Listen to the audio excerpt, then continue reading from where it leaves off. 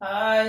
नमस्कार प्यारे बच्चों, कैसे हैं आप। आज हम पढ़ेंगे कक्षा 10 विषय सामाजिक विज्ञान अध्याय 8 जल संसाधन के अंतर्गत जल स्रोतों के बारे में। कुछ जल स्रोतों के बारे में हमने पहले पढ़ लिया था, जैसे तालाब आदि के, बावड़ी आदि के बारे में। आज हम पढ़ेंगे नाडी। नाडी क्या होती है।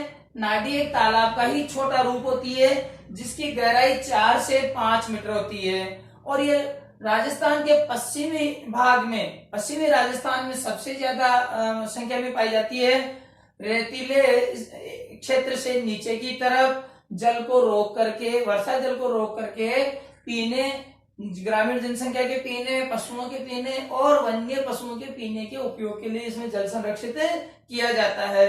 ये कम गहरी होने के कारण वर्षा जल के साथ बहकर आने वाली मिट्टी से इसकी गहराई और कम हो जाती है, इसलिए प्रतिवर्ष नाडी की मिट्टी को बाहर निकालने की आवश्यकता पड़ती है।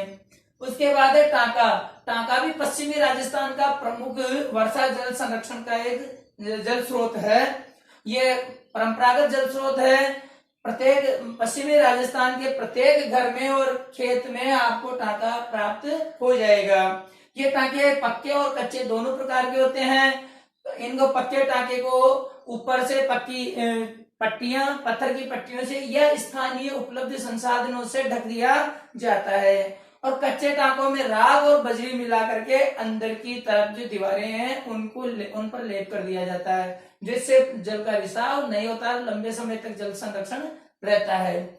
इन टांकों के आसपास का जो एरिया होता है उसको हम आगोर कहते हैं। आगोर में जो वर्षा का जल बरसता है वो बह करके टांके में आके संरक्षित होता है। और छत का पानी भी इन टांकों में संरक्षित किया जाता है। ये थे हमारे टांका। अब है जोहड़। जोहड़ हमारे राजस्थान के शेखावाटी भाग में और हरियाणा में प्रमुख रूप से पाए जाते हैं। ये टांके का एक बड़ा और विकसित रूप है। यह खुला रहता है, बंद नहीं होता टांके की तरह। और ये चौकोर या गोल दोनों ही प्रकार से पाया जाता है। ये जोहड़ का जो जल है वो स्थानीय लोगों के लिए, पशुओं के लिए पेयजल के काम में आता है। यह भी एक वर्षा जल के संरक्षण की प्रमुख विधि है, शेखावाटी क्षेत्र की और हरियाणा क्षेत्र की। इसके बाद है बेरी या छोटी कुई। आपने कुआं देखा होगा, उसी का छोटा रूप होता है कुई। इसकी मैं बताना भूल गया आपको, जो टांका होता है उसकी गहराई 5 से 6 मीटर होती है, जबकि नाडी की गहराई कितनी होती है, 4 से 5 मीटर। अब बात कर रहे हैं हम कुई की।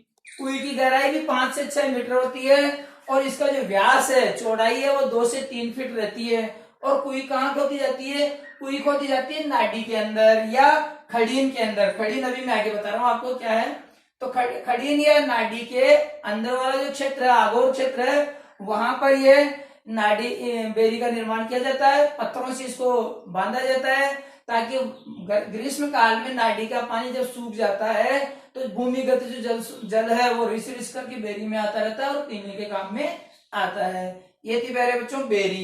इनके बारे में आप अपनी पाठ्य पुस्तक में और अच्छी तरह पढ़ना, आपके समझ में आ जाएगी। फिर है खड़ीन। खड़ीन मध्यकाल में जैसलमेर जिले के पालीवाल ब्राह्मणों द्वारा विकसित की गई एक जल संरक्षण की विधि थी। इसमें एक प्रकार से नाडी की तरह होती है। इसमें कच्ची या पक्की दीवार होती है जिसको मेड़ कहते हैं, और उस दीवार के सारे वर्षा जल के अतिरिक्त जल को साइड में निकाल दिया जाता है ताकि वो एक्स्ट्रा जल दूसरे खड़ीन में जाकर के संरक्षित हो सके। खड़ीन में जो जल रोका जाता है वो पहाड़ी क्षेत्र के ढालू भाग का जो बहकर जल आता है उसको दीवार या मेड़ के माध्यम से रोका जाता है। खड़ीन का जो आसपास का जल संग्रहण का जो क्षेत्र है उसको भी आगोरी करते हैं। उसमें भी कुई का निर्माण, जो कि मैंने भी आपको बताया था, बेरिया कुई का निर्माण किया जाता है जो पीने के काम में आता है। और खड़ीन से खेती की जाती है, यानी खड़ीन के आसपास का जो क्षेत्र होता है, भूमि होती है, उसमें जल सिंचाई के काम में आता है खड़ीन का। और भूमि में नमी बनी रहती है, इससे वहां फसल होती है और पीने के लिए भी पानी काम में आता है।